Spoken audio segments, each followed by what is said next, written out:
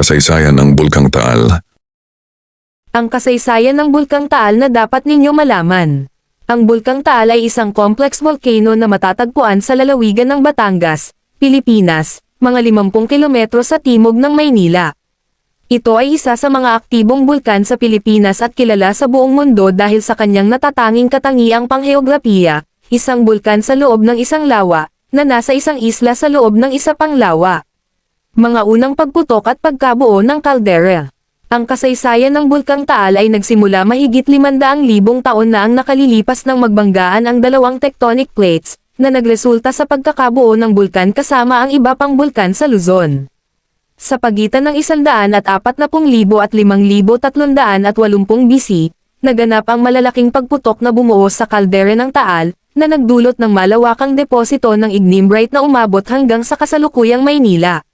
Mga makasaysayang pagputok. Simula noong ika-16 na siglo, mahigit 30 pagputok na ang naitala sa Bulkang Taal. Karamihan sa mga ito ay maliliit na pagputok na limitado lamang sa Volcano Island, ngunit mayroon ding mga malalakas na aktibidad na nakaapekto sa buong rehiyon. Narito ang mga taon ng ilan sa mga pagputok nito. 1754, isa sa mga pinakamalakas na pagputok ng Taal na tumagal ng halos 6 na buwan. Ito ay nagdulot ng pagbabago sa landscape ng Taal at nagdulot ng pag-agos ng tubig mula sa dagat, na kalaunan ay nagresulta sa pagiging freshwater ng lawa. 1911, isang mapaminsalang pagputok na kumitil ng mahigit 1,000 buhay. Ang mga deposito mula sa pagputok na ito ay nagpabago sa Crater Lake at lumikha ng Vulcan Point. 1965 hanggang 1977, serye ng mga pagputok na nagdulot ng pinsala sa mga komunidad sa paligid ng lawa. Ika-12 ng Enero taong 2020, isang freatomagmatic eruption na nagbuga ng abo sa Calabarzon, Metro Manila, at ilang bahagi ng Central Luzon at Ilocos Region.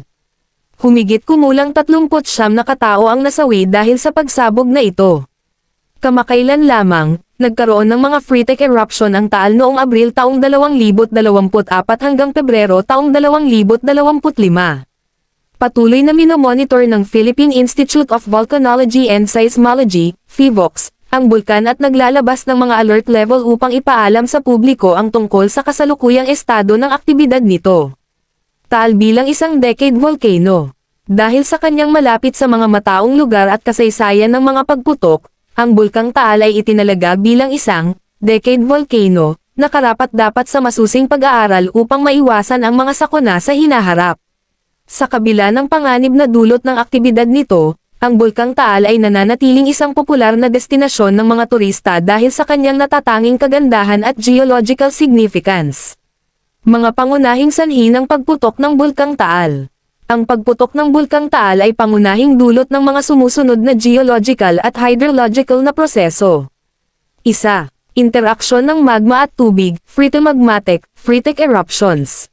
Ang pinakakaraniwang sanhi ng mga pagputok ng Taal ay ang pakikipag-ugnayan ng magma sa tubig sa ilalim ng lupa o sa lawa ng Taal. Kapag nag-init ang magma ng tubig, nagdudulot ito ng biglaang pagbuga ng singaw, steam, na nagdudulot ng pagsabog. Freatomagmatic eruptions, nangyayari kapag direktang nagkikita ang magma at tubig, na nagdudulot ng malalakas na pagsabog na may abo at bato.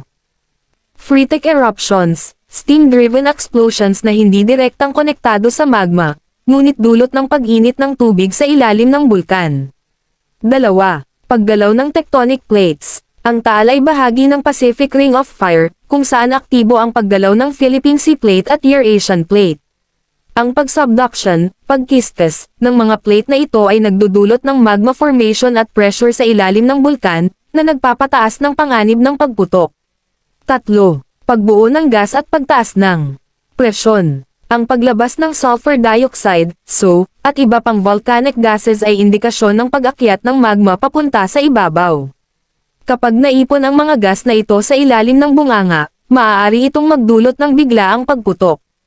4. Hydrothermal system activity. Ang mainit na tubig at singaw sa ilalim ng bulkan ay maaaring magdulot ng pagkasira ng mga bato at pagtaas ng presyon, na nagpapabilis ng pagputok lalo na kung may kasabay na tectonic disturbances. 5. Pagbabago sa Crater Lake. Ang lawa ng Taal mismo ay nakaaapekto sa aktibidad ng bulkan. Halimbawa, Ang pagpasok ng tubig sa mainit na sistema ng bulkan ay nagpapalala ng hydrothermal activity. Mga salik na nagpapalala ng panganib. Proximity sa mga populasyon at lawa ng Taal.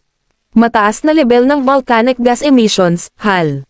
So, patuloy na seismic activity tulad ng volcanic tremors. Ang kombinasyon ng mga salik na ito ang nagpapaliwanag kung bakit patuloy na aktibo ang bulkang Taal at nangangailangan ng masusing monitoring.